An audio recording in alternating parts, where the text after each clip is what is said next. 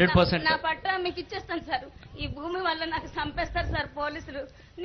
లేదు అప్పుడు దాకా మిమ్మల్ని ఎవరు డిస్టర్బ్ చేయకుండా చూడాల్సిన బాధ్యత నాది. ఓకే, మీ దగ్గర ఎవరు ఏ అధికారులు మీకు ఇబ్బంది పెట్టరు. ఈ స్టేట్ నుంచి రావడానికి వరకు మీకు ఎట్లాంటి సమస్య లేకుండా చూసుకుంటాను. ఒక్క నిమిషం, ఎస్పీ గారు ఉన్నారు, ఎస్పీ గారు మాట్లాడుతారు. సార్ నాకు ఇప్పుడే క్లియరెన్స్ చేయండి సార్. నాకు వీళ్ళు చంపేస్తారు సార్.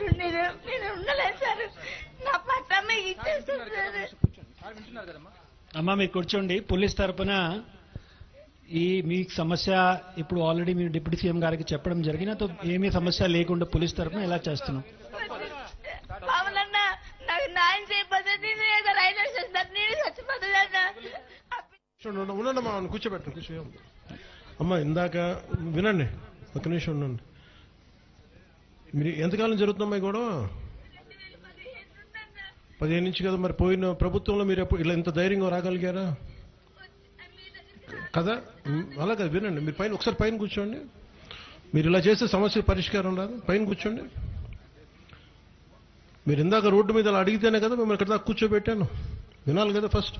ఇంతమంది జిల్లా ఉన్నతాధికారులు ఇంతమంది వచ్చి మాట్లాడితే మీరు అసలు మీకు ఇంత ధైర్యం, ఇంత బలంగా మాట్లాడగలిగే శక్తి గత కాలంలోని వైసీపీ ప్రభుత్వం ఎప్పుడు ఇచ్చిందమ్మా మీకు? మీరు ఒకసారి ఆలోచించండి కదా.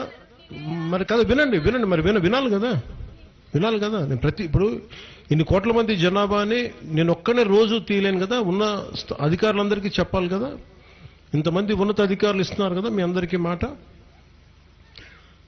అసలు వైసీపీ పాలనలో మీకు ఎప్పుడన్నా సరే, మొన్న కూడా ఈ మన అరకు కానీ పాడేరు కానీ ఎమ్మెల్యేస్ వైసీపీ ప్రభుత్వాలే కదమ్మా. ఎమ్మెల్యే కూడా రాలేదు కదా. మీ స్థానిక ప్రతినిధి కదమ్మా మొట్టమొదటి మీ అందరికీ ప్రాతినిధ్యం వహించాల్సింది. మీరు ఇంత ధైర్యంగా చెప్పుకోగలరా? ఇంత బాధను వ్యక్తపరచగలరా?